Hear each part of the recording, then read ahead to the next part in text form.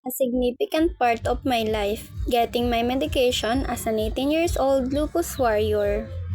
Hi people! Welcome back to my vlog. Ako si Lian at ngayong araw samahan niyo akong kumuha ng gamot sa NKTI. Medyo late na nga ako dyan nagising dahil ang alarm ko talaga is 4 AM and hindi siya tumunog. Quarter to 6 na ako nagising and tinatawagan pala ako ni Ate Melanie dahil ang usapan namin ay 6 AM kami aalis pero 6 AM na nga ako nagising. And 9 AM na kami nakarating ng NKTI. Pagdating namin sa NKTI ay dumiretso na ako sa pila ng may mga online appointment and nasa dulo na ako by that time. Pagka-settle ko nga, inayos ko lang yung buhok ko at inayos ko na rin yung mga documents na kailangan para i-process na yung request ko. By this time, people, sobrang dami na talagang tao pero yung sa harap lang yung na video ko kasi medyo nakakahiya. Nung nakakuha na ako ng number ay pumila na ako ulit para naman hintayin na tawagin ako for releasing ng gamot. So, number 40 nga yung sa online natin. Pero nag-accommodate din kasi sila ng walk-in. So, yung 40 is, hindi ibig sabihin nun is pang 40 tayo na person. Ganon. Pagka-release nga sa akin ng gamot ay bumaba na rin kami ni Ate Melanie galing dun sa satellite pharmacy nila. And balak namin dyan lumabas para kumain dahil wala pa talagang laman yung tiyan namin dyan. And also gutom na rin kami.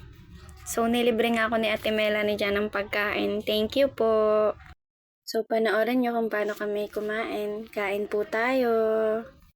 Hindi naman po ako maselan sa pagkain and wala namang pinagbawal sa akin yung doktor. So nasa akin na lang din yung pag-iingat. Habang kumakain nga ay kung ano-ano na lang din pinag-uusapan namin dyan ni Ate Melanie. And sobrang saya lang kasi tumatawa kami habang kumakain. Thank you, Lord!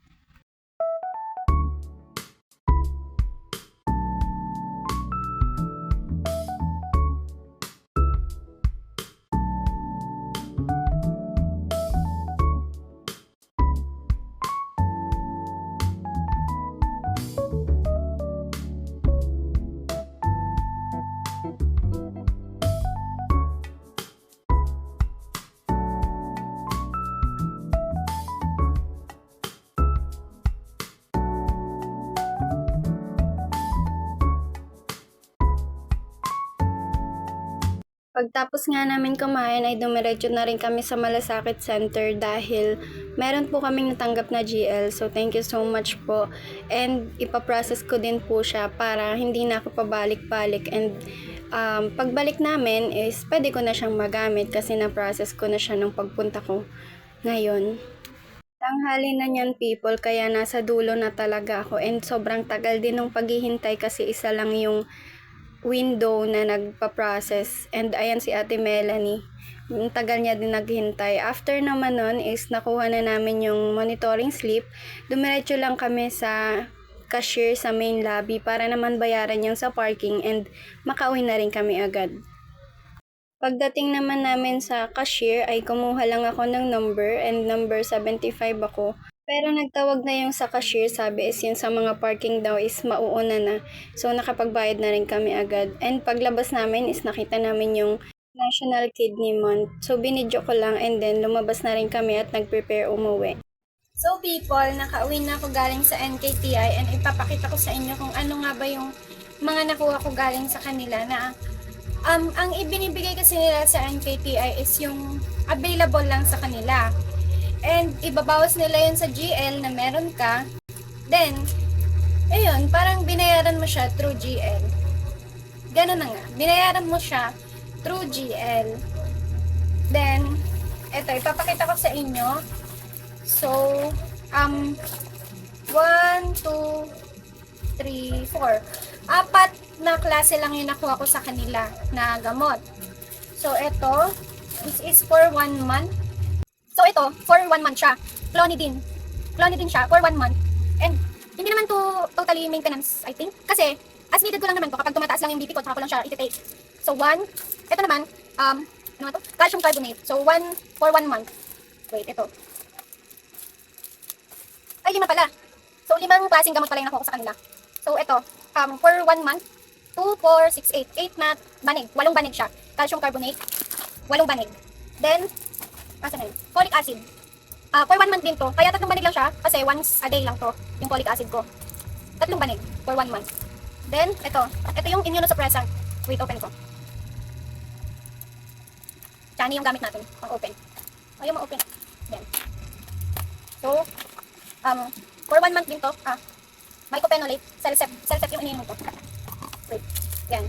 So, 2, 4, 6. 6 na tablet. Ay, 6 na banig. So, twice a day siya. 1 month ba yun? 5, 10, 20, 15. 1 month. 1 month na gamot for immunosuppressant. Mycophenolate. And, amlodipine. Ito, once a day lang kasi to, pero dalawa yung binigay nila sa akin. So, I think, pang 2 months na to. Kasi 30 siya eh. 30 pieces. 30 tabs. Isang banig. Ayan. 30 tabs. So, dalawang box. Kaya, 2 months. 2 months na siya. So, buksan ko na rin. Ito siya. Pakita ko sa inyo ng hawak ko lahat. Kaya ko kaya. So, 5 gamot lang to. Kulang pa ako ng Perus, Trimag, Prednisone 20, Prednisone 5, Enalapril, at saka hydroxychloroquine. 6. Ano pa yung isa? May isa pa. Wait, ito may reseta pala ako. Multivitamins, yung isa pa. So, kulang pa ako ng 7 gamot ang wala ako. Pero meron pa naman ako pang inom. So, bibili ko pa yung hindi ko pa kaya hawakan lahat. Ayan. Pipilit. Oh my gosh. Wait, nasa na? So, papakita ko sa inyo. Wait lang. Ganyan itsura niya pag magkakasama. Mycophenolate, calcium carbonate, folic acid, clonidine, and amlodipine. So, 5 klase sila. Kulang pa ako ng 7 pirasong gamot. Stay healthy and strong always.